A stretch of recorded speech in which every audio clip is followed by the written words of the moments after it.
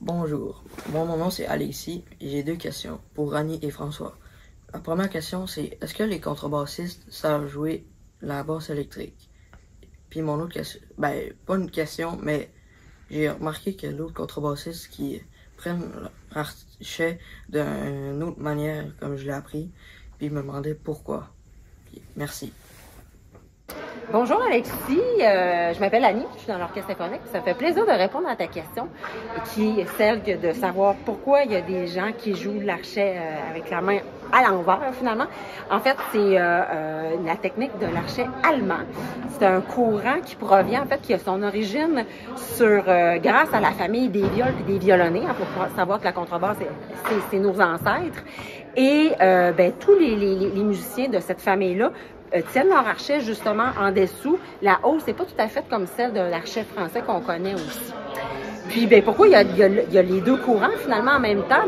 Parce que justement, le violon s'est développé, la famille des violons s'est développée, puis il y a eu un archet qui a été inventé, qui était plus, je dirais, véloce, puis plus en fonction de l'écriture musicale qui était de plus en plus complexe et technique. Donc, c'est un archet qui répond vraiment bien justement à la technique. Il y a un rebondissement puis un ricochet qui est très fort. C'est, je dirais, le point fort de l'archet français. L'archet allemand, quant à lui, il est pas moins bon, il est aussi bon. C'est juste qu'il y a des qualités qui diffèrent. Puis, en fait, c'est les legatos qui sont vraiment formidables. Fait que les 2 courants cohabitent. Je dirais qu'en Amérique, il y a beaucoup plus d'archets français que d'archets allemands parce qu'on regarde un peu plus vers nos cousins français. Puis le courant de l'archet allemand, comme ça le dit, c'est en Allemagne, puis aussi en Asie. C'est beaucoup plus populaire. François, est-ce que tous les contrebassistes jouent de la bass? Ah non, je pense pas. Ce sont 2 instruments qui ont la même fonction originalement. La basse électrique était inventée justement parce que la contrebasse n'était pas assez sonore, mais ils jouaient à peu près les mêmes notes. Et puis peu à peu, ça a évolué un peu. C'est 2 instruments qui ont, comme je dis, la même fonction. C'est une fonction de basse, mais en même temps, c'est 2 techniques très différentes. Maintenant, c'est un doigté, c'est un toucher qui est différent. Et puis, la basse électrique, maintenant, est rendue avec multicordes, 5 cordes, 6 cordes, ainsi de suite. C'est à peu près ça. Mais tous les contrebassistes ne sont pas obligés de jouer de la basse électrique. Non.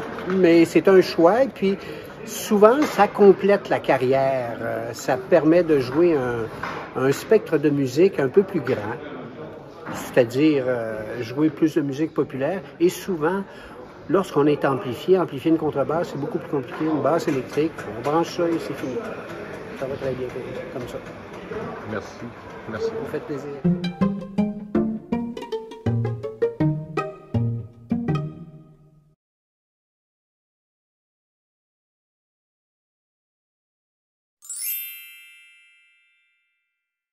J'ai une question pour Annie et François. La première question c'est est-ce que les contrebassistes